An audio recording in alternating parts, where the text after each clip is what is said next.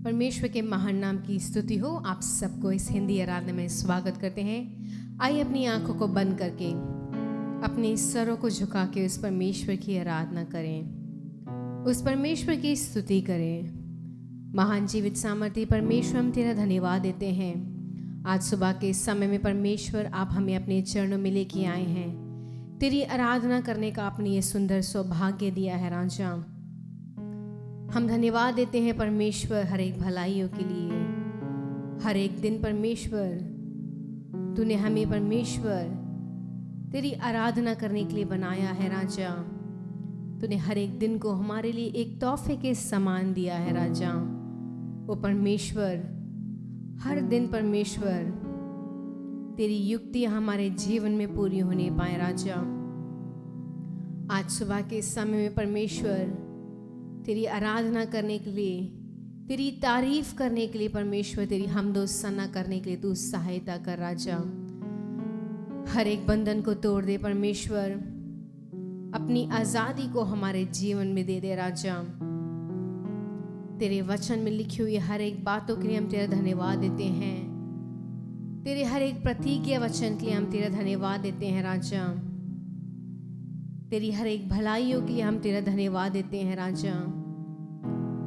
तू सनातन का यहोवा है परमेश्वर, तू हमारा गढ़ है परमेश्वर। तेरे वचन से परमेश्वर हमने अपने जीवन में ज्योति पाई है राजा। हम तेरा धन्यवाद देते हैं, तेरी सना करते हैं परमेश्वर।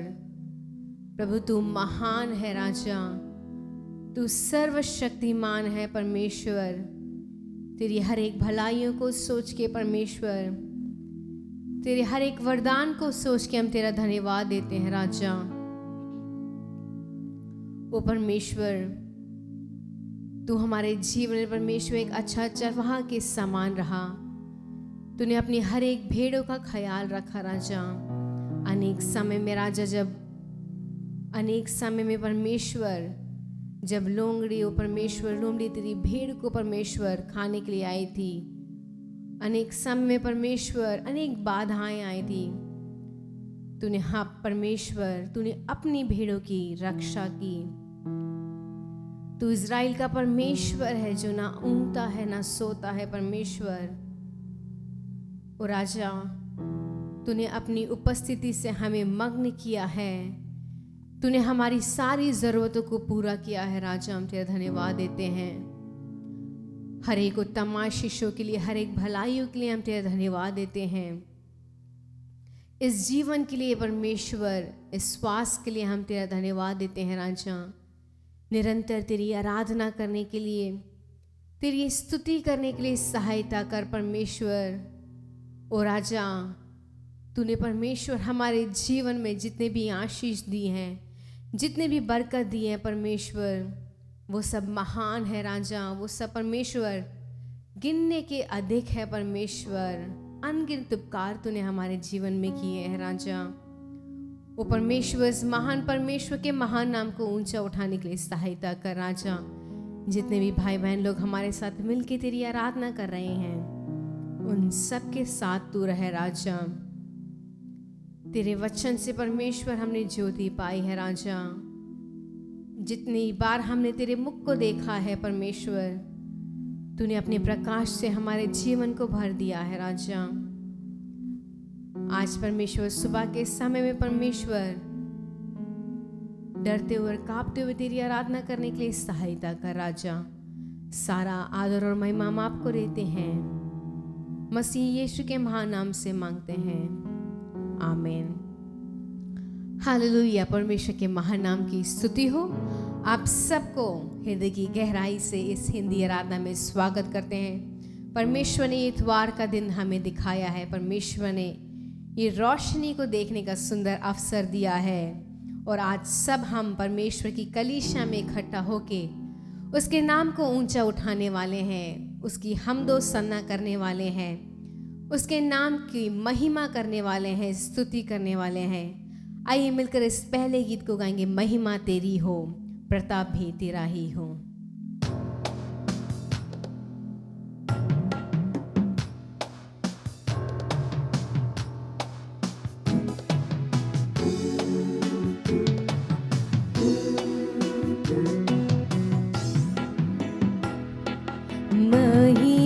तेरी ही हो, प्रताप भी तेरा ही हो, महिमा तेरी ही हो, प्रताप भी तेरा ही हो। स्तुति होसन्ना और प्रशंसा मिले तुझे प्रभु जी। स्तुति और सन्ना और प्रशंसा मिले तुझे प्रभु जी। आराधना हो, आराधना हो, आराधना हो, आराधना हो। मेरा प्रेमी यीशु ही की, मेरा प्रेमी यीशु ही की, महिमा तेरी हो। अपने अनमोल लहू से तूने आजाद किया हमको,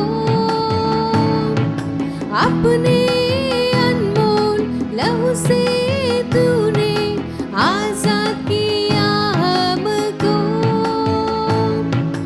राजा के रूप में लेवी के दल में चुन लिया अपने लिए, राजा के रूप में लेवी के दल में चुन लिया अपने लिए। आराधना हो, आराधना हो, आराधना हो, आराधना हो। मेरा प्रेमी यीशु ही की, मेरा प्रेमी यीशु ही की, महिमा तेरी हो। अगुआ मेरा साथी हमारा, तसल्ली देने वाला, अगुआ मेरा साथी हमारा, तसल्ली देने वाला। अनमोल प्रेम से अनूठा बल से आग जला दे मुझ में, अनमोल प्रेम से अनूठा बल से आग जला दे मुझ में।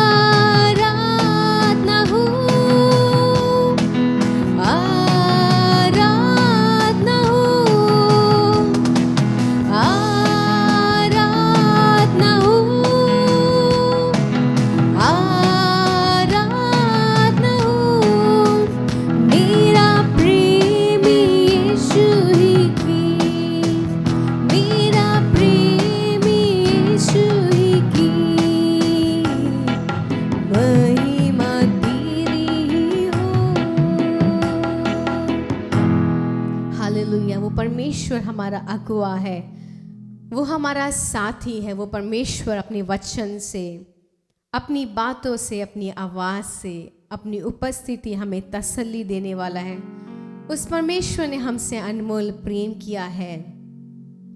मैंने बहुत बार ये बात बोल चुकी हूँ कि अनेक समय में बहुत से पहलू बदल जाते हैं, बहुत से लोग बदल जाते हैं, लेकिन परमेश्वर आज और कल एक साथ है, और वो परमेश्वर फिर आने वाला है। और हमारा ये कर्तव्य है, ये हमारा सुंदर सौभाग्य है कि उस परमेश्वर के महान नाम को हम ऊंचा करें, उसको आदर और सम्मान करें। आइए मिलकर इस दूसरे गीत को गाएंगे। आदि और अंत तू ही है, अल्फा और ओमेगा तू ही है, दूतों की स्तुति तू ही है, बुद्धि और ज्ञान तू ही है। मिलकर इस गीत को गा के उस परमेश्वर के महान नाम को और ऊंचा उठाएंगे।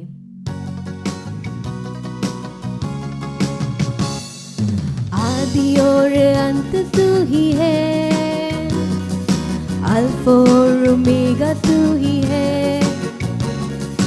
आदि और अंत तू ही है, अल्फा और ओमेगा तू ही है, दूतों की स्तुति तू ही है, बुद्धि और ज्ञान तू ही है, दूतों की स्तुति तू ही है, बुद्धि और ज्ञान तू ही है। यीशु यीशु तू महान है, यीशु तू सच्चा है, यीशु तू जिंदा है, यीशु तू धन्य है। यीशु तू महान, यीशु तू महान है, यीशु तू सच्चा है, यीशु तू जिंदा है, यीशु तू धन्य है, दूतों की स्तुति तू ही है, बुद्धि और ज्ञान तू ही है, दूतों की स्तुति तू ही है, बुद्धि और ज्ञान तू ही है। जीवन मेरा पाप से भरा, जग अंधेरा अशुद्ध सारा, जीवन मेरा पाप से भरा, जग अंधेरा अशुद्ध सारा, मेरे पाप से बचाने को मेरे लिए जीवन दिया है, मेरे पाप से बचाने को मेरे लिए जीवन दिया है। यीशु यीशु तू महान है, यीशु तू सच्चा है, यीशु तू जिंदा है, यीशु तू धन्य है। यीशु यीशु यीशु तू सच्चा है, यीशु तू जिंदा है, यीशु तू धन्य है, दूतों की स्तुति तू ही है, बुद्धि और ज्ञान तू ही है, राजाओं का राजा तू ही है, प्रभुओं का प्रभु तू ही है। सारे गुनहगारों के लिए अपना खून बहाया उसने,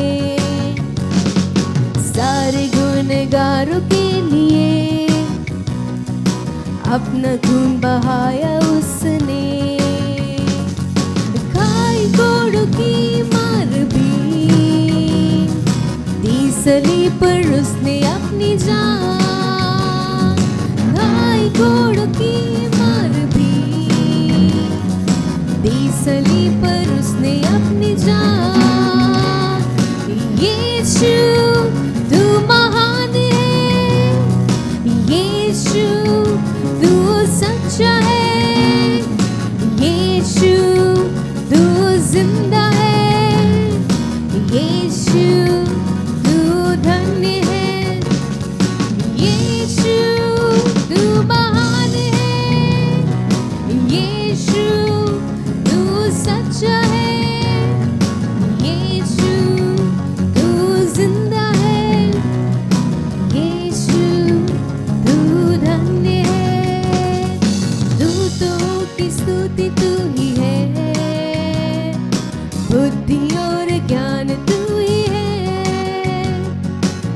राजाओं का राजा तू ही है,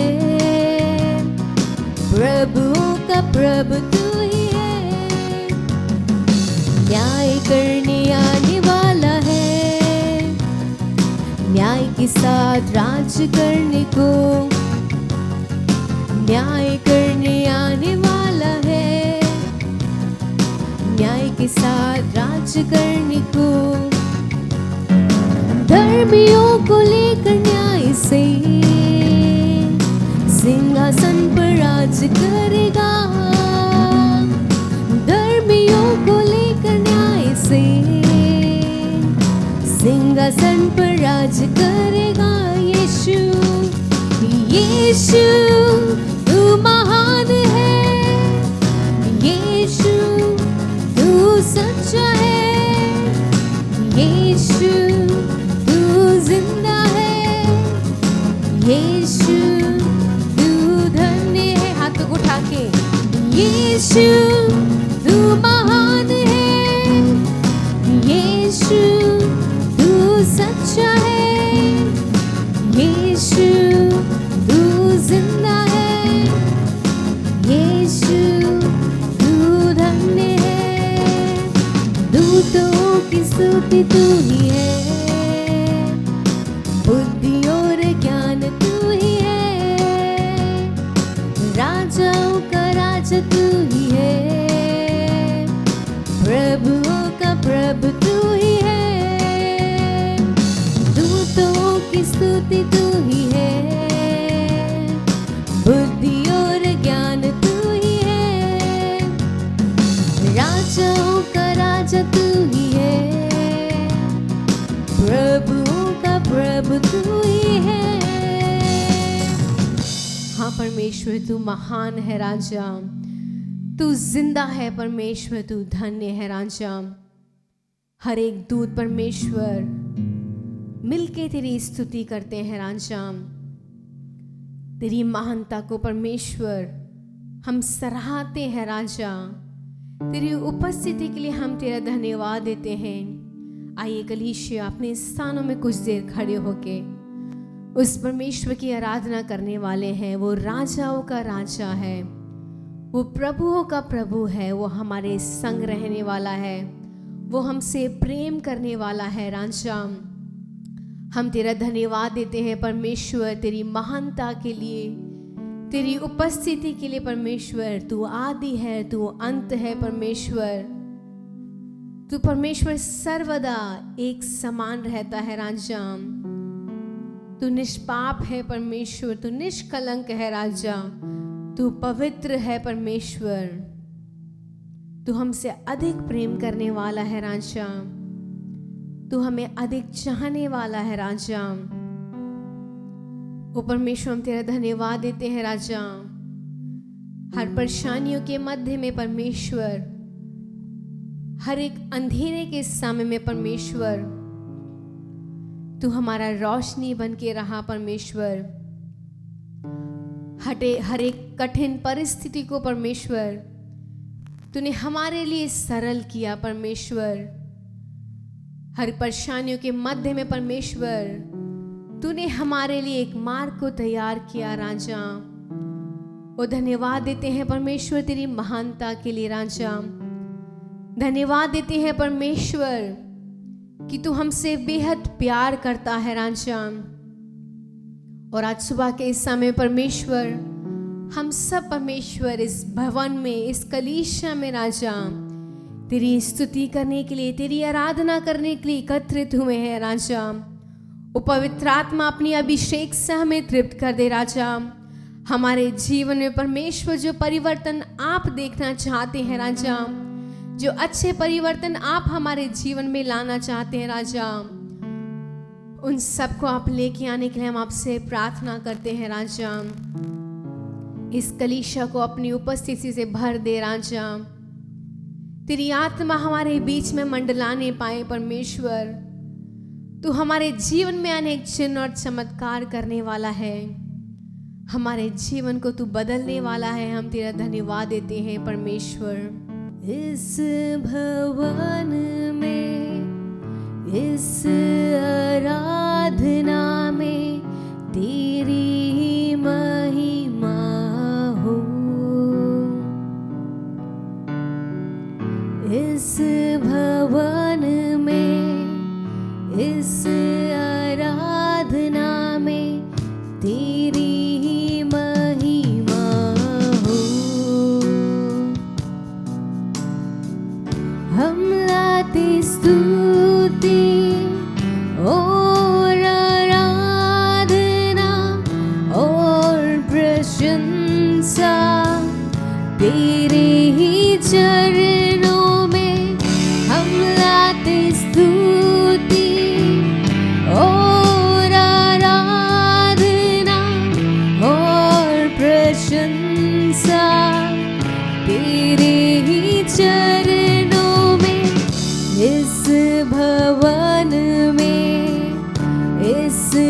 आराधना में तेरी ही महिमा हो। इस भवन में, इस आराधना में तेरी ही महिमा हो। तू है महान, तू है महान, तू है महान, सर्वशक्तिमान।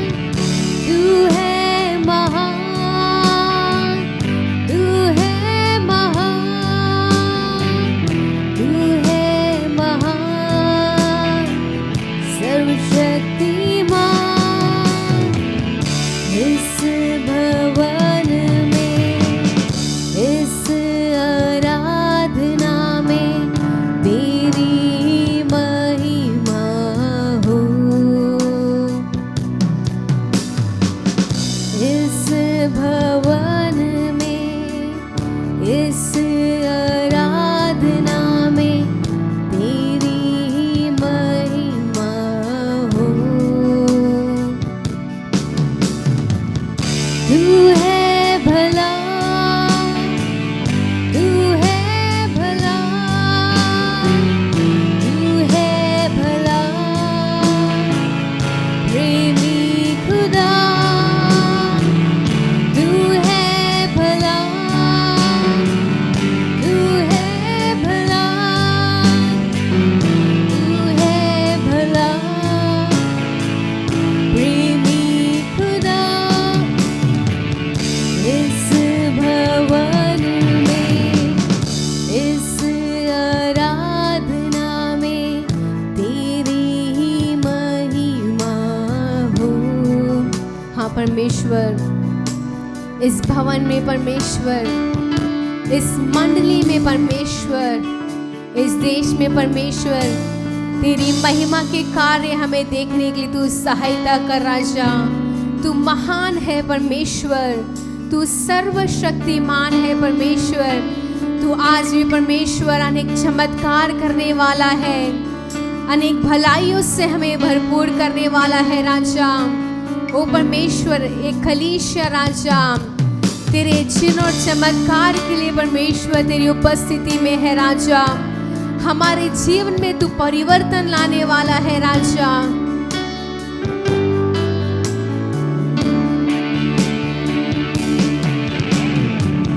हम लाते स्तुति और आराधना और प्रशंसा तेरे ही चरणों में। आइए अपने हाथ को उठा के उस परमेश्वर से कहे राजा, हम अपनी स्तुति और आराधना को तेरी उपस्थिति में लेके आते हैं राजा, क्योंकि तू महान और सामर्थी है राजा।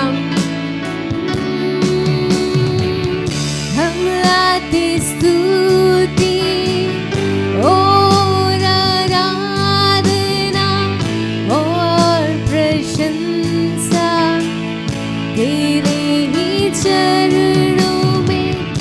इस भवन में, इस आराधना में तेरी ही महिमा हो।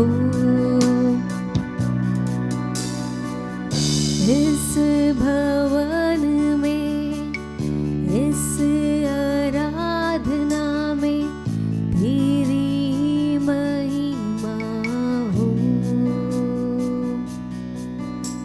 हाँ परमेश्वर, तेरी महिमा होने पाए राजा, हमारे जीवन से, हमारे शरीर से, हमारे परिवार से,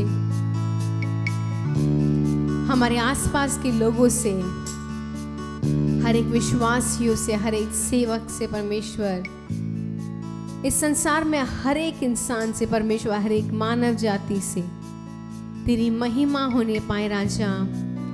सबके मुख से तेरी स्तुति के शब्द निकलने पाए, तेरी प्रशंसा के शब्द निकलने पाए राजा। वो धन्यवाद देते हैं परमेश्वर, तूने अपनी मंडली को इस भवन को अपनी उपस्थिति से भर दिया है राजा। धन्यवाद देते हैं तेरी उपस्थिति के लिए राजा। सारा आदर और महिमा हम आपको देते हैं, प्रभु यीशु के महानाम से मांगते हैं, आमीन। हालेलुया। जय मसीह की। परमेश्वर ने हमारे लिए कितना अच्छा गीत और आराधना दिया है। सब लोग ताली बजाकर उसके लिए धन्यवाद करते हैं। हालेलुया। धन्यवाद धन्यवाद धन्यवाद धन्यवाद प्रभु, इस नए दिन में इतना अच्छा मौका दिया है। बहुत लोगों ने इस मौके को खो दिए, लेकिन परमेश्वर ने हमें ये मौका दिया है कि उसकी स्तुति करें, उसकी गीत गाएं, उसकी प्रस्तुति में आकर उसको इतना मगन कर दिया कि परमेश्वर हम सबको आशीर्वाद देने के लिए वो तैयार हो गया है। चलिए हम वचन की ओर देखते हैं। सब अपने नए नियम किताब में, नए नियम ग्रंथ में फिलेमोन के उसमें एक ही अध्याय है, 20 वाला वचन पढ़ेंगे। फिलेमोन एक ही अध्याय है, उसमें 20 वाला 20। हे भाई, ये आनंद मुझे प्रभु में तेरी ओर से मिले, मसीह में मेरे जी को हरा भरा कर दे। हालेलुया। कहा गया है कि हे भाई, यह आनंद मुझे प्रभु में तेरी ओर से मिले। हे भाई, जो भी भाई बहन इसे सुन रहे हैं, हम यही चाहते हैं आपकी ओर से प्रभु में हमें आनंद मिल जाए, आनंद मिल जाए। ये कौन किससे कहता है? ये हम देखते हैं पौलुस अपने प्रिय शिष्य को लिखता है। वो कौन है?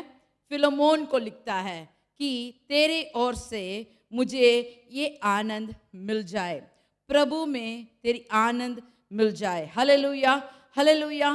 तो ये किस चीज़ के बारे में ये कहता है? ये पत्र तो विशेष तौर से फिलेमोन को लिखी गई एक पत्र है, और पौलुस ने इसे जब जेल में, कारागार में था, वहाँ से लिखता है। किसके लिए लिखता है?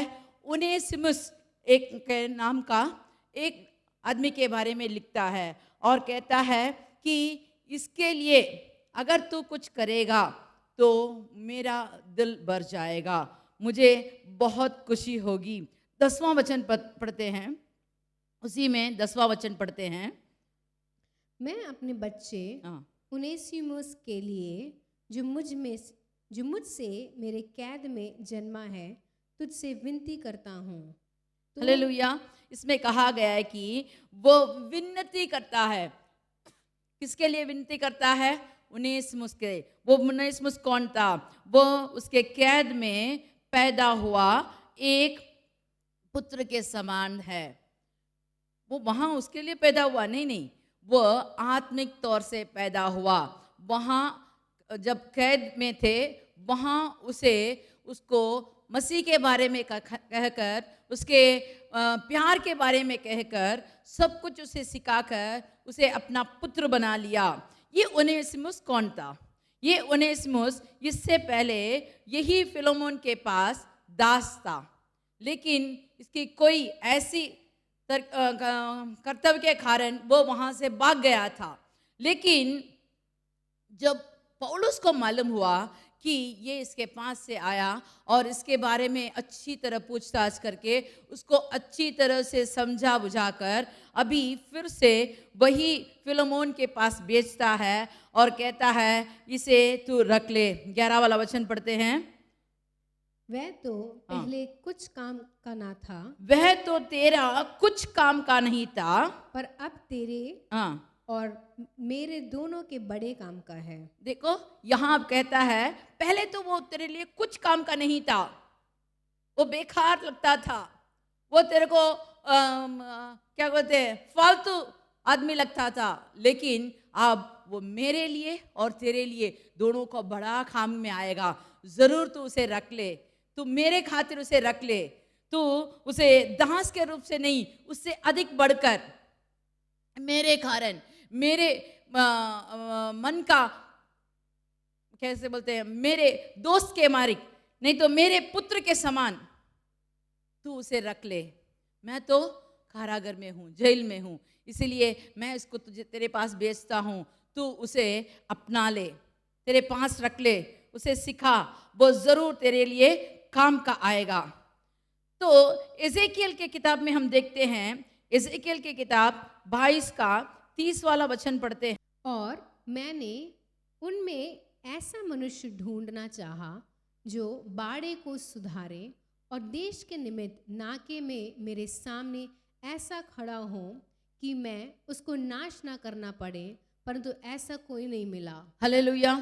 यहाँ परमेश्वर कहता है, मैंने उनमें से एक मनुष्य को ढूंढा और चाहा जो भाड़े में को सुधारे और देश के निमित्त नाके में मेरे सामने खड़ा हो जा, ताकि मैं देश को नाश ना करूं। लेकिन परमेश्वर कहता है, मैंने एक को भी नहीं पाया भाड़े में ठहरने के लिए, नहीं तो देश के लिए, देश के निमित्त नाके में परमेश्वर से विनती करने वाला एक भी मनुष्य नहीं मिला। इसलिए इस कारण मैंने उन पर अपना रोष भड़काया। Hallelujah, hallelujah. परमेश्वर चाहता है कोई ना कोई एक आदमी जो परमेश्वर और मनुष्य को मेल मिलाप करने के लिए एक आदमी को ढूंढ रहा है। क्या मेरे प्रिय भाइयों बहनों, आप मसीहा लोग हैं, अगर आप परमेश्वर के लिए, जो परमेश्वर की इच्छा है उसको आप पूरा करेंगे, तो परमेश्वर आपसे कितना खुश हो जाएगा। देखो, जो जेल में है पौलुस, वो एक आदमी से विनती करता है कि आप इसके लिए, इसके निमित्त मैं प्रार्थना करता हूं, एक खत देता हूं, मैं अपने हाथ से लिखा हुआ खत भेजता हूं, इसे तू अपना ले। वैसे ही परमेश्वर हमारे आगे भी कहता है, अगर कोई ना कोई इस देश के निमित्त जो आजकल अपने दुष्टपन के कारण एकदम नरक की ओर जा रहे हैं, उनके लिए प्रार्थना करे, विनती करे, तो कितना अच्छा होगा, कितना अच्छा होगा। मेरे प्रिय भाइयों बहनों, हम हर बार अपने लिए प्रार्थना करते हैं, अपनी कमी घटी को बताते हैं, लेकिन हमारा परमेश्वर कहता है, वो कौन है जो मेरे सामने नाके में खड़ा होकर विनती करेगा, जो कौन है वो भाड़े को सुधारेगा। अगर हम परमेश्वर की इच्छा अनुसार करें तो परमेश्वर कितना खुश हो जाएगा। प्रेरितों की किताब 12 का 4 हम पढ़ते हैं। और उसने उसे पकड़ के बंदीगृह में डाला और रखवाली के लिए 4-4 सिपाहियों के 4 पहरों में रखा, इस मनसा से कि फसह के बाद उसे लोग के सामने लाए। देखो, यहाँ हम जानते हैं पतरस के बारे में कहा गया है। पतरस को पकड़कर हेरोदेश ने उसे बंदीगृह में बंद कर दिया था। उससे पहले क्या हुआ, उससे पहले क्या हुआ कि हम जब दूसरा वचन पढ़ते हैं, उसने यूहन्ना के भाई याकूब को तलवार से मरवा डाला। जब उसने देखा कि यहूदी लोग इससे आनंदित होते हैं, तो उसने पतरस को भी पकड़ लिया, उसने पतरस को भी पकड़ लिया। लेकिन वो फसह का दिन था, इसीलिए उसे बंद किया गया। कहाँ बंद किया गया? 4-4 सिपाहियों के 4 पहरों में रखा गया था। लेकिन क्या हुआ? 5 वाला वचन पढ़ते हैं। सो बंदीगृह में पतरस की रखवाली हो रही थी, परंतु कलीसिया उसके लिए लौ लगाकर परमेश्वर से प्रार्थना कर रही थी। यहाँ देखिए, यूहन्ना के लिए प्रार्थना करने के लिए कोई नहीं था, लेकिन पतरस के लिए प्रार्थना करने के लिए पूरा कलीसिया लो लगाकर रात भर प्रार्थना कर रहे थे। और जब प्रार्थना हो रहा था तो वहां क्या हुआ कि एक दूत बंदीगृह में आया और पतरस को, जंजीर से बंधा हुआ पतरस को छुड़वाकर वहां से बाहर निकालकर ले आया। और देखिए, वह एक गली तक लाकर छोड़ा। लेकिन उसने क्या सोचा? मैं दर्शन देख रहा हूं। जब स्वर्गदूत उसको छोड़कर चला गया, गायब हो गया, उसके बाद ही उसने महसूस किया कि ये निजा जिंदगी में वो एकदम सच निकला है। और सीधे सीधे वो कहाँ जा रहा है? वो जहाँ प्रार्थना हो रही है। 12 वाला वचन में पढ़ते हैं, यह जानकर वह उस यूहन्ना की माता मरियम के घर आया जो मरकुस कहलाता है। वहाँ बहुत से लोग इकट्ठे होकर प्रार्थना कर रहे थे, प्रार्थना कर रहे थे। जब हम लो लगाकर प्रार्थना करेंगे तब बंदी हुए, नहीं तो जंजीर में जकड़े हुए कोई भी लोग जो गंदी आदत में फंसे हुए हैं, जैसे नशा हो, धूम्रपान हो, जैसे कुछ भी कार्य में बंधे हुए लोगों के लिए अगर आप लोग प्रार्थना करेंगे तो परमेश्वर जरूर उनकी सब जंजीरें तोड़कर उनको बाहर ला सकता है। Hallelujah, hallelujah. जब हम लो लगाकर प्रार्थना करेंगे तो परमेश्वर हमारे लिए, हमारे ओर से उनकी जो जंजीरों में जकड़े हुए हैं उनको छुड़ाने के लिए परमेश्वर तैयार है। लेकिन परमेश्वर ये चाहता है कोई ना कोई लो लगाकर प्रार्थना करे, कोई ना कोई भाड़े में खड़े होकर उसको सुधारे, कोई ना कोई उसके लिए विनती करे। परमेश्वर ये चाहता है। अगर मेरे प्रिय भाइयों बहनों, आप जहां भी हो, जो भी स्थिति में हो, अगर आप एक जन के लिए, और 2 ही महीना बाकी है, अगर आप एक जन के लिए लो लगाकर प्रार्थना करेंगे तो परमेश्वर आप पर बहुत खुश हो जाएगा और उनको भी छुटकारा देगा। आपकी विनती, आपकी जो कमी घटी है उसे भी वो पूरा करने को तैयार है। यूहन्ना का किताब 4 का 19 वाला वचन पढ़ते हैं। यूहन्ना का किताब 4 का 29 वाला वचन, 29।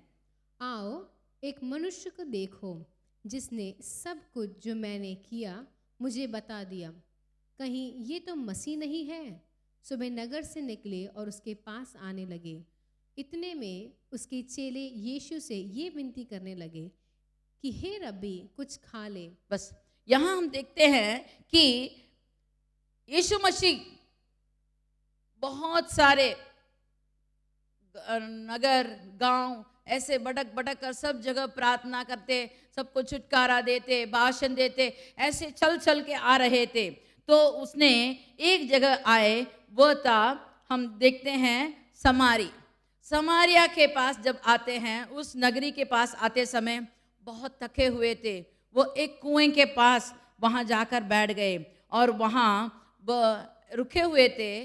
तो एक स्त्री वहां आई पानी लेने के लिए। और परमेश्वर का, मैं सोचती हूँ परमेश्वर का ये इच्छा था कि किसी ना किसी तरह ये सामरी लोगों को भी संदेश भेजना चाहिए। तो सामरी लोगों के लिए संदेश भेजने को किससे मैं बोलूं, किससे मैं बात करूं, कैसे मैं वहां जाके उनको उपदेश दूं, संदेश दूं। लेकिन जब वो थके हुए थे, कुएं के पास बैठे थे, वो दोपहर का समय था, चेले खाना लेने गए थे, ये अकेले थे, लेकिन वो परमेश्वर का, पिता परमेश्वर का इच्छा अनुसार करने के लिए वो तैयार थे। जब वो सामरी स्त्री वहां आई, उससे पानी मांगा और उससे कुछ बातचीत हुई। उसके बाद क्या हुआ, ये सामरी स्त्री वो गांव के, वो नगर के अंदर जाकर चिल्ला चिल्ला कर पुकारने लगी, आओ आओ एक मनुष्य को देखो जिसने सब कुछ जो मैंने किया है मुझे बताया। आओ इसे आकर देखो, क्या ये ही मसीह है, ये ही क्रिस्त है, इसे जाकर देखो करके सब लोगों को पुकारने लगी। ये कैसी औरत थी जानते हो? इसके औरत के बारे में इसमें कहा गया है कि जब मसीह उसके साथ बात कर रहा था तो उसने कहा, तो तू जाकर अपने पति को ले आ। तो उसने कहा, मैं तो पतिहीन हूँ, मुझे पति नहीं है। लेकिन परमेश्वर ने कहा, यीशु ने कहा कि हाँ तूने सच कहा है, तू तो 5 पतियों के साथ थी और जो अभी तेरे साथ है वो भी तेरा पति नहीं है, ये तो तूने सच कहा है। तो ऐसी औरत से कोई बात करता होगा? ऐसी औरत से कोई नाता रखता होगा? इसीलिए वो औरत दोपहर के समय अकेले पानी भरने आई थी। लेकिन वहां क्या हुआ? उसने मसीह से भेंट किया, उसके मसीह से बात हुई, तो इसने अपने हालात पूरा भूलकर नगर में जाकर चिल्ला चिल्लाकर सबको पुकारने लगी, भाइयों बहनों सुनो सुनो सुनो, यहाँ एक आदमी आया है, यहाँ एक जन आया है, ये पुरुष को आकर देखो, आओ आओ करके वो चिल्लाने लगी। और नगर के सब लोग बाहर आए, कुएं के पास आए, यीशु के बारे में जान लिए, यीशु से बात किए। तब वो फिर वहां से चलते समय वचन 42 का वचन पढ़िए। और उस स्त्री ने कहा, हाँ, अब हम तेरे कहने ही से विश्वास नहीं करते, क्योंकि हमने आप ही सुन लिया और जानते हैं कि यही सचमुच में जगत का उद्धार करता है। Hallelujah hallelujah. अब सब लोगों ने यीशु मसीह से बात करने के बाद अब कहते हैं कि तेरे कहने से नहीं, तेरे कहने के कारण हमने यहाँ नहीं आए, लेकिन हमने विश्वास किया है, हमने सुना है, हमने विश्वास किया है, और हम सचमुच जान गए जगत का उद्धार करता यही है। ये शब्द बोलने के लिए एक औरत को पुकारना पड़ा, जो सबसे घृणित किया गया, तुच्छ जाना गया। वो औरत आकर जब मसीह से भेंट की, और वही औरत जाकर लोगों को पुकार कर कहती है, आओ आओ आके देखो। हे मेरे प्रिय मसीह भाइयों बहनों जो भी हैं, हमने तो मसीह से भेंट किया है। क्या आपने किसी ने अपने गांव के, अपने मुल्क के, अपने रिश्तेदार को अपने मसीह के बारे में कहा? मसीह ने आपको क्या किया करके आपने जब कहीं भी कहा? अगर नहीं कहा तो आज ही आप अपने को सुधार कर जाइए, उनसे बोलिए, कहिए कि ये ही एकमात्र उद्धार करता है, यही आपको पाप से छुटकारा दे सकता है, यही आपको सब किस्म के रोगों से छुटकारा दे सकता है। अगर आप ये अच्छा संदेश दूसरों को नहीं बताएंगे तो आपका ऊपर पाप लगेगा। उन लोगों आपको कोसेंगे कि हे भाई तू तो मसीह को जानता था, तूने क्यों नहीं बताया हमको? देखो, ये सामरी स्त्री के बारे, उसका नाम तो नहीं लिखा है, लेकिन उसका काम लिखा गया है। वो जो काम किया उसके बारे में लिखा गया है, उसका जिंदगी के बारे में लिखा है, लेकिन उसका नाम नहीं दिया गया। आपका नाम किसी ने ना भी जाने, लेकिन अगर आपका काम दूसरों को अच्छा मार्ग में ले जाए, सच्चे मार्ग में ले जाए, तो कितना अच्छा होगा।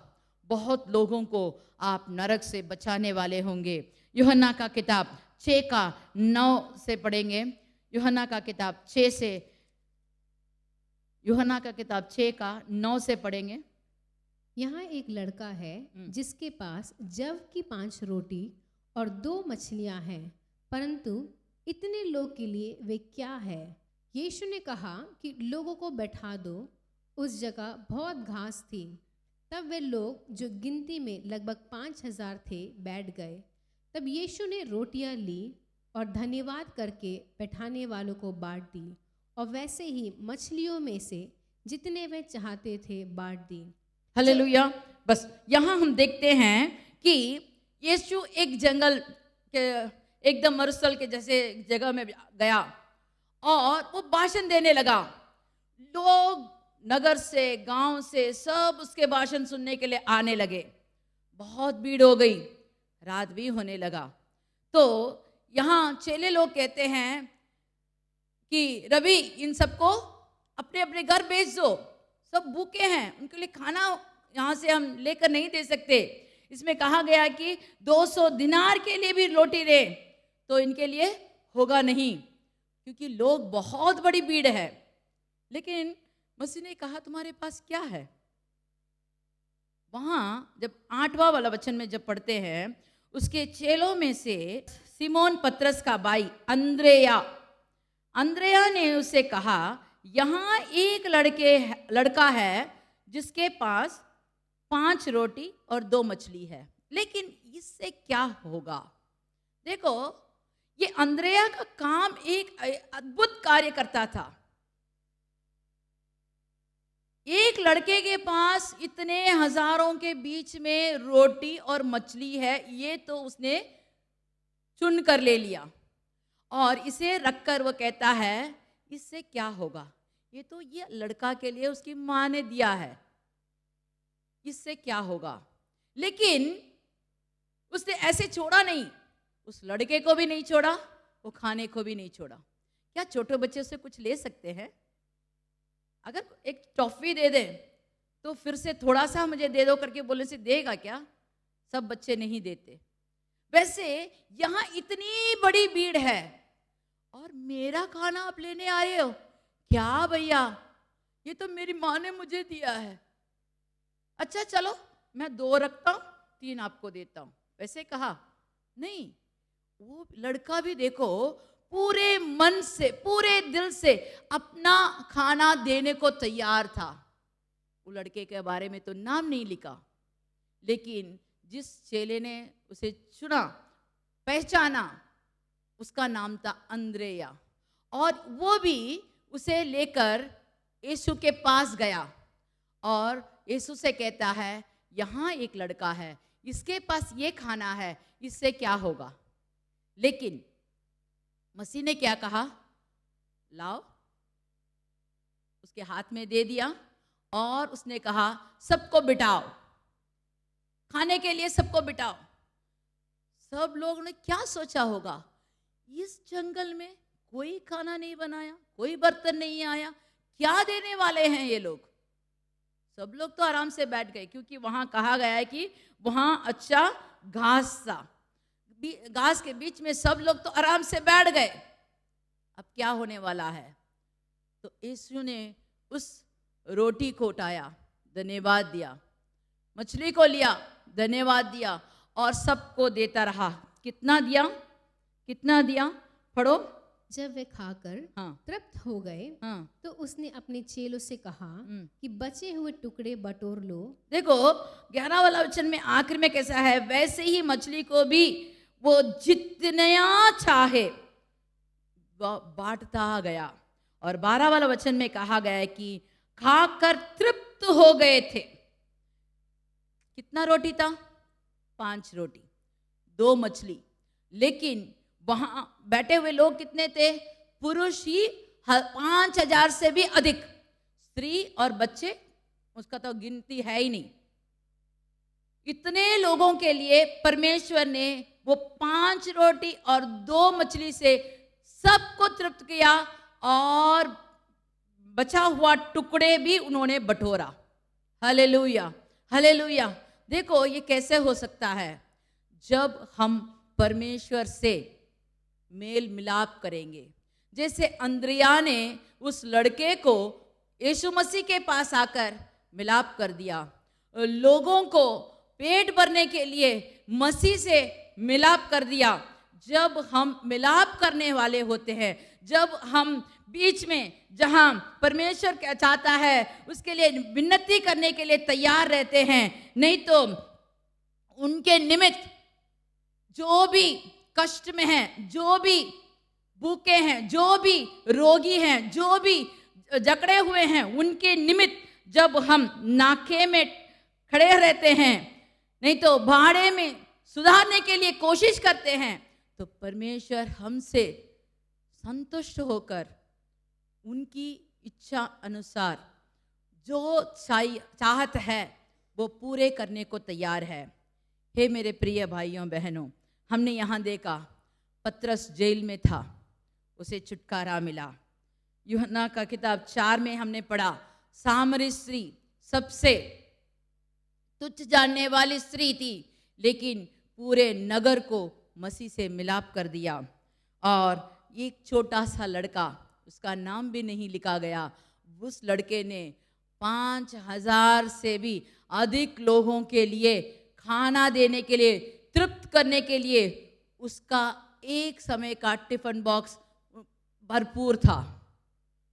अगर आपके पास जो है, आपके पास विनती करने, प्रार्थना करने के लिए समय देंगे, तो परमेश्वर उससे खुशी हो जाएगा और कहेगा कि मेरे लिए कौन कौन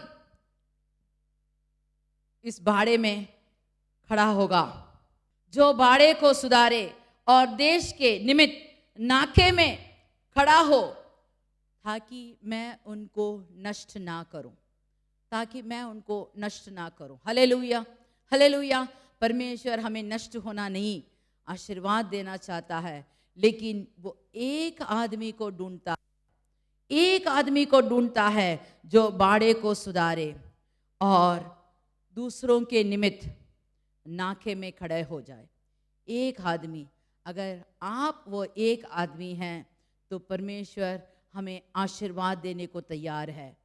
इस हफ्ते में आप प्रार्थना कीजिए, दूसरों के लिए प्रार्थना कीजिए, आपसे क्या हो सकता है उसे दीजिए।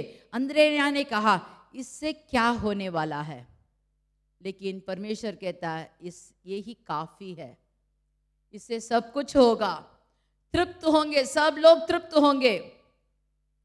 अगर आपके पास जो कुछ है परमेश्वर के पास दीजिए, परमेश्वर आपको बहुत बड़ी कार्य करने के लिए आपके द्वारा दिया गया समय, आपके द्वारा दिया गया कुछ भी हो, अगर आप परमेश्वर के पास लाते हैं, उससे वो सबको तृप्त करेगा।